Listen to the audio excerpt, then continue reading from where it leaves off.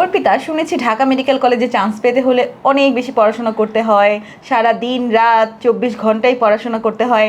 তো তুমি কত ঘন্টা পড়াশোনা করতে? আপু আসলে কখনোই ঘন্টা মেপে পড়াশোনা করিনি। যতক্ষণ না পর্যন্ত পড়াটা শেষ হতো ততক্ষণই পড়েছি। আমার একটা রুটিন থাকতো, ডেইলি রুটিন। ওই ডেইলি পড়াটা শেষ হওয়ার আগ পর্যন্তই পড়তাম। তার মানে তোমার রুটিনটা ফুলফিল না হওয়া পর্যন্ত তুমি টেবিল থেকে উঠতে না, না। যে আজকের টার্গেট আমার ফিল আপ করতেই হবে। জি। দারুণ, এটা একটা সুন্দর একটা বিষয় বললেন। আমরা যদি টার্গেট নেই 12 মাইল, তাহলে আমি আমার লক্ষ্য পূরণ করার জন্য, যদি আমার লক্ষ্য 10 মাইল থাকে, আমি অবশ্যই 10 মাইলে যেতেই পারবো, এরকম ব্যাপারটা, তাই না? জি। তার মানে আমাদের টার্গেটটা লক্ষ্যের চাইতেও একটু বেশি থাকতে হবে। দারুণ একটা কথা বলেছ।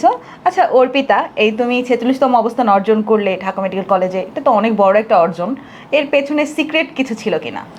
সিক্রেট আমি ওইটাই বলবো যে প্রতিদিনের রুটিন অনুযায়ী পড়াটা প্রতিদিন শেষ করে ফেলা। কারণ হয় কি, মেডিকেলের টাইমটা অনেক কম থাকে, সেই কম টাইমের মধ্যে আমাদের অনেক বড় একটা সিলেবাস পড়তে হয়। সাথে আমাদের ব্যাচের কিন্তু এক্সট্রা সিলেবাসও পড়তে হয়েছে। তো আমি করতাম কি, ডেইলি রুটিনে ডেইলি পড়াটা ডেইলি শেষ করে ফেলতাম। তো আমার মনে হয় এটা অনেক ইফেক্টিভ হয়েছে আমার রেজাল্টের। তার মানে রেগুলারিটি মেনটেন করা। রেগুলারিটি মেনটেন করলে সবাই আসলে তার লক্ষ্য অর্জন করতে পারবে, এটাই সিক্রেট আসলে।